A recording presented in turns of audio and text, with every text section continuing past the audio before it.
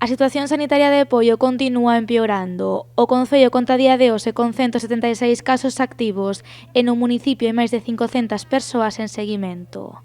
Ante estes feitos e tras rexistrarse un brote de Covid no Vao, as autoridades sanitarias decidiron realizar un cribado masivo na zona. Durante esta primeira xornada chegaronse ata aquí unhas 200 persoas. Avisaron no Servicio de Medicina Preventiva para realizar un cribado a cerca de 200 persoas da zona do Vao de arriba. Nada, está indo bastante fluido, é verdade que está ben organizado. Tiñamos montada esta carpa onde podemos montar as instalacións e traballar dunha forma axeitada.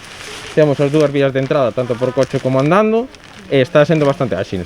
A maioría das persoas chamadas a realizarse esta proba PCR eran residentes do poboado chabolista. Os sanitarios aseguran que a resposta da cidadanía foi moi gratificante.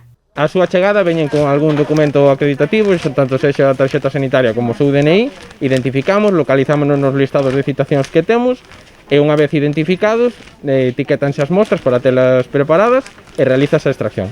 Na xornada de hoxe, moitas persoas fixéronse eco desta mensaxe na que se informa que o Sergas cancelaron o cribado por posible ameaza con actos violentos. Cabe destacar que se trata dun bulo e que as probas continuarán ao longo da xornada de mañá.